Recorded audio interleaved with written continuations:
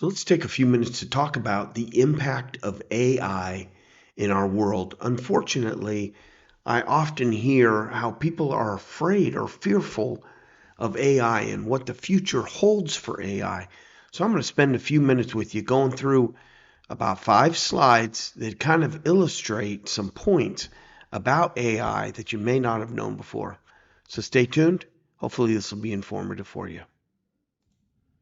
It's important to remember that AI, or artificial intelligence, is not the boogeyman underneath your bed or in the closet. It really does have a lot of very nice features and capabilities that will definitely enhance our lives. The problem, though, has been over the past several years.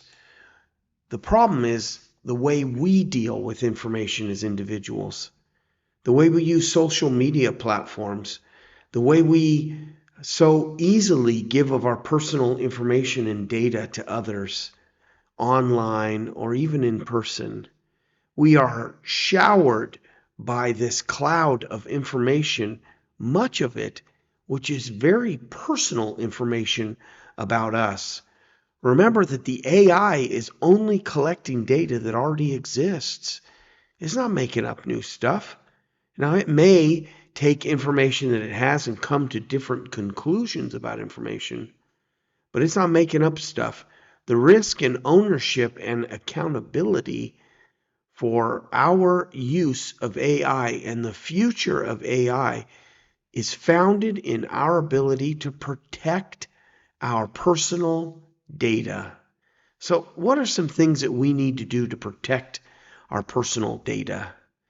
And then we'll go into what AI actually is. And I think it'll make more sense to you how it's not as much of a threat as you may see. So protecting our personal data is as simple as stop giving out your social security number. That's a good place to start. Lots of information in the United States is associated with your social security number. And in other countries, you have a unique identifier. Stop giving that out to people. It's wrong. It will just lead to more hassle for you and create problems and challenges for you along the way. So stop doing that. 2, don't provide all the information that you need to provide. Provide what is asked for and let them ask for more. Don't give away valuable information about yourself, your medical status, where you are at the current time. Maybe you're on vacation. Try to keep that information away from social media and away from public eyes.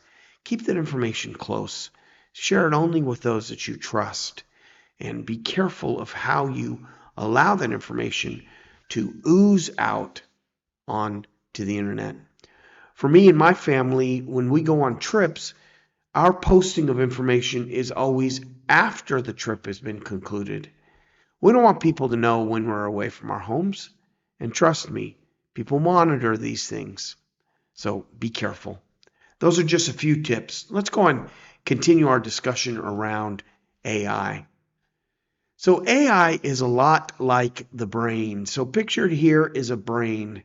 And we, as individuals, as humans, become a product of our environment. We absorb information that's all around us. Everything that's all around us, we're absorbing at all times, from the time we are born to the time that we leave this earth. We're always learning and taking in with our ears and with our eyes, and we're experiencing with our touch. So we need to be careful of what we put into our brains, of course, but that is what our brain does. So how do you emulate that, right, within a artificial intelligence or an artificial brain? So think of the information that you're providing, that you're receiving from everyday interactions. Well, a computer does that through sensors, and you can see some of those sensors illustrated on here. For example, the airplane to your right-hand side, data is constantly flowing from the airplane into a data environment somewhere in the world. It's tracking its location, for example. It's correlating potential weather that's occurring up ahead on their route. It's indicating where other aircraft are in the area. All of those things are driven by data. And so the artificial intelligence, collects information from sensors. B, artificial intelligence, or I guess an extension of A, those sensors are also things that are occurring for those of you that are driving. You know, in some countries, they don't have they don't have tollway tickets anymore. They just simply take a picture of your license plate when you enter into the zone where the toll will start. And then they'll have a camera on your exit, and they'll be able to tell if you rode for 10 minutes on that toll road or 10 hours on that toll road, and they'll charge you accordingly. All done through sensors that are collecting information and placing that information into artificial intelligence. Now, where else does that information go? Well, depending upon the sensor that's collecting the information and the security level of the data it's collecting, that data may be open up to the entire internet. In fact, they sell this data in what they call large language models and in other types of modular approaches where they're selling and exchanging this data with other organizations and other artificial intelligence. So, for example, similar to cousin Joe coming over and visiting with you and sharing new information about his career field as a firefighter, for example, you would collect that as an individual into your brain as an input from Joe. And then maybe Greg comes along and shares information that he's doing for automation work. That information flows into your brain. And AI works the same way. It's taking all of that data, those learning models that other AIs perhaps have generated, or other collections of sensors at the same security level have collected, and they're putting it all into a centralized area, one AI. So that's how that works. In addition, there are security levels on data that's collected. So sensors, for example, aircraft location sensors are secure information. It should be, right? We don't want the people that would do us harm to know where our aircraft are at all times and be able to lock in on their positions to shoot them out of the sky, for example.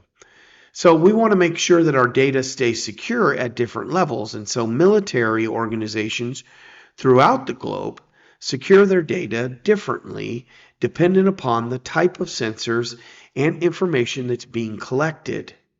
Now, we talked about this very casually, but some of the data sharing that we need to be aware of is not just in our personal lives, but in our work lives as well. So we need to be careful not to share that data inappropriately with the wrong people. And we talked about data security, and we talked about the use of data as it's collecting information from all types of sensors, people, library books, information. And as you can see in this drawing, it's collecting information from all types of sources. So we need to be careful to protect those sources of data so that the intelligence doesn't collect them, because ultimately that's what leads to people's fear about the internet or about artificial intelligence, is the fear of data that's floating out there that's now being compiled into an artificial intelligence. Remember, it's not an intelligence per se. It's using data to feed and draw conclusions. No different than our brain uses information to balance information and make decisions and things of that nature. And hopefully as we get older, our brains work a little better. Why? Because they have more data input right? All of this data, they've input all of it into our brains as we get older, so we get wiser, hopefully, and we can see things in a different light versus a toddler who sees things in a very narrow light because their exposure may only be a plant, for example, or a bird or something of that nature. But our brains are constantly absorbing, and so is the AI. So protect your data becomes absolutely critical. So is there a future for artificial intelligence? Absolutely. It is the future. So if you haven't quite embraced that reality, it's real. Let me tell you a couple stories about automation and how it makes our lives better. When I was growing up, we had rotary dial phones, and you used to have to dial and then wait for the number to go back and dial your next number.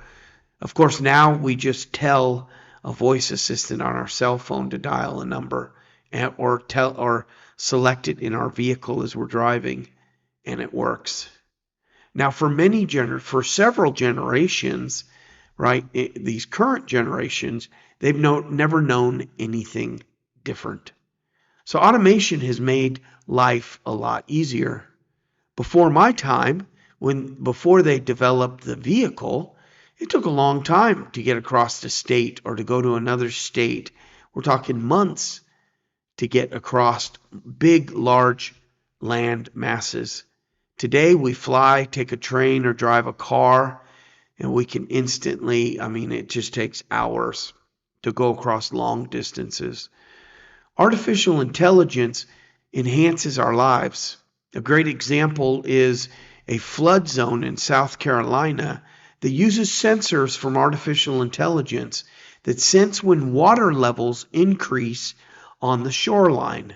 Well, the homes there are very close to the shoreline, and they can get cars stuck in there when the water level raises of the ocean, maybe a big storm, and cars get destroyed and homes need to be evacuated and sandbagged and things of that nature. Well, in South Carolina, these sensors sense water levels increasing and automatically bring up safety barriers to keep the public away. All of these things are running off of the collection of information and data used by a machine of some sort to make quick decisions for us. This is what the future of artificial intelligence is.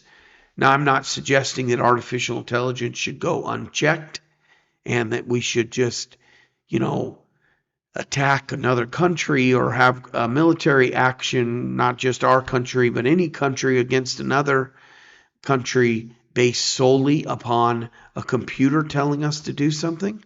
No, but I do believe that a computer can quickly, almost instantaneously give us data points that we can make the right decisions, that present us with options. And then as those options don't work out, we can dig a little deeper. And the computer, because it's collected all of this information from centuries of information, in addition, it's collecting all this information that we're giving it voluntarily in social media. It's becoming very, very intelligent. And of course, we'll need to understand what the full impact of that is and provide perhaps governance to make sure that decisions aren't solely based on artificial intelligence. But it's a good thing moving forward to the future. I do believe that artificial intelligence will continue to bless our lives, and I could stay on for hours telling you the many great things that occur now, healthcare, military, government, all of it truly optimized by the presence of artificial intelligence.